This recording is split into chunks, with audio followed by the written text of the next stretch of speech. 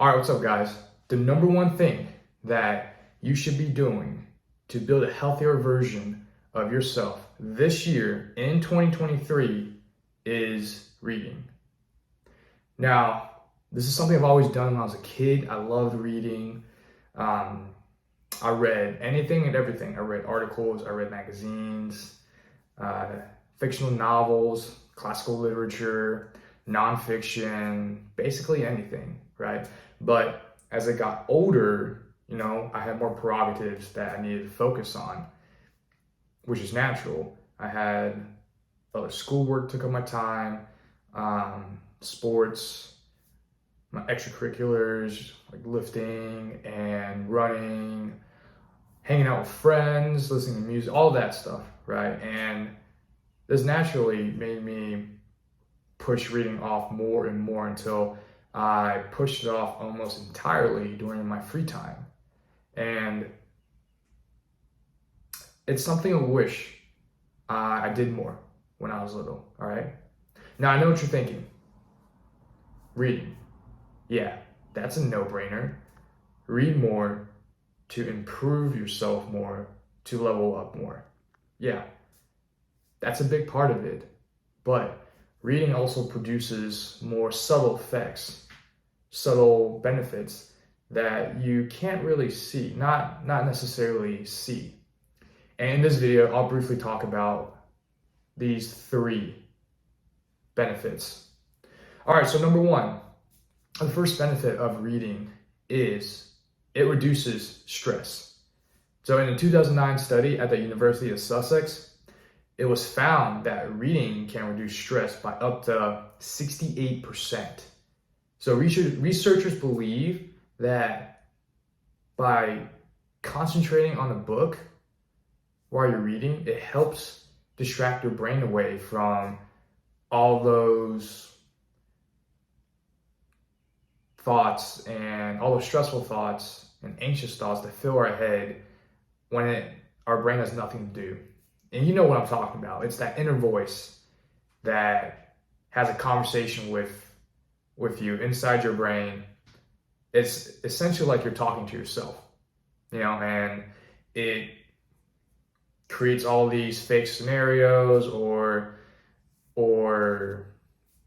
makes you believe that something is wrong, all those things, right? So by reading, it is found that it can reduce your heart rate and your muscle tension caused by stress. So it's almost twofold. By reading, it reduces the amount of stress that you have and also relaxes your body, calms your heart rate down, and overall just make you feel a little bit more normal, I guess that's the word. But additionally, reading can also reduce stress faster than some activities, such as listening to music or going on a walk.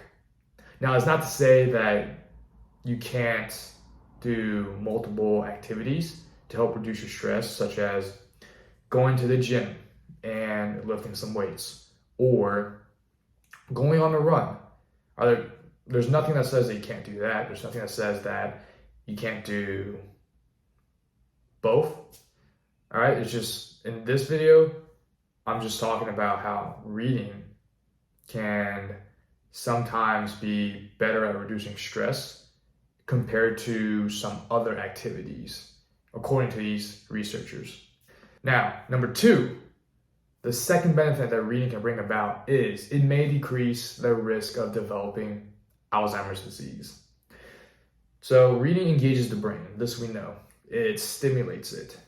And over time, consistent use of stimulation of the brain, it keeps it active, it keeps it sharp.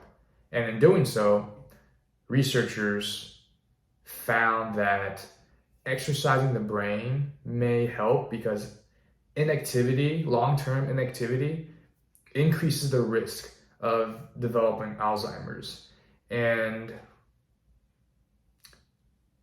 in general brain affecting diseases. Now, number three, The last benefit that reading produces is better problem-solving skills.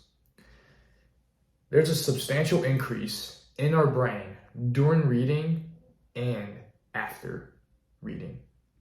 What this means for you is that your brain is able to draw connections faster and solve problems faster. So